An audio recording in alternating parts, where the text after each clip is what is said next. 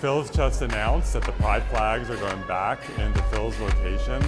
This is a huge win for the community. It's amazing.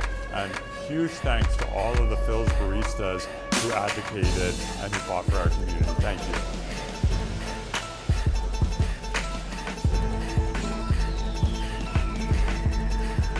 Thank you. I'm Britt Mayer. I'm a lifetime resident of California, and I am sick and tired of politicians failing their way up and running on pet projects that actually do a lot more harm than good. So let's check out Scott Wiener's resume, shall we? Since he is now making a run for Congress. So here's my top 5 list, and there's a lot to choose from, of Scott Wiener's progressive and controversial actions, his claims to fame in what he has done for California.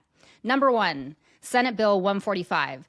This was the discretionary sex offender registration for certain adult minor cases. This gave judges the discretion to skip automatic sex offender registration in some statutory rape cases with smaller age groups, framing as fixing discriminatory treatment of LGBTQ plus youth. I'll let you do the mental gymnastics on that one. Essentially, it softened protections for minors. Number 2, SB Senate Bill 132. This was in 2021. This was his transgender inmate housing by gender identity. This requires prisons to house transgender inmates according to their gender identity. This was celebrated as advancing transgender dignity and safety, but actually put women's rights on the chopping board. Major women's safety concerns. Number 3, Senate Bill 107 and expansions like SB 59 and SB 497. This is between 2022 and 2025.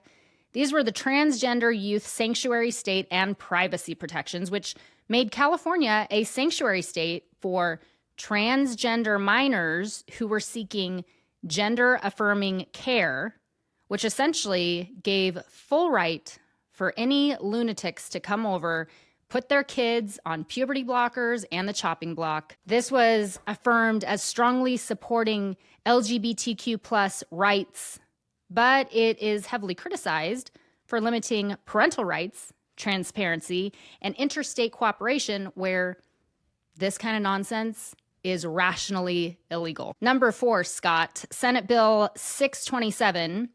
This was 2025 and 2026 follow-ups, his No Secret Police Act. This banned most law enforcement officers, including ICE and Border Patrol, from wearing face masks and covering their faces during duties in California to promote quote-unquote transparency and to prevent secret police tactics amid immigration enforcement.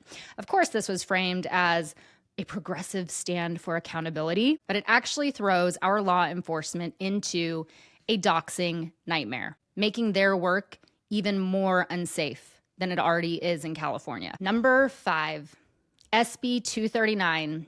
This is his creme de la creme winner. 2017. This modernized HIV criminalization laws, which decriminalized intentional exposure.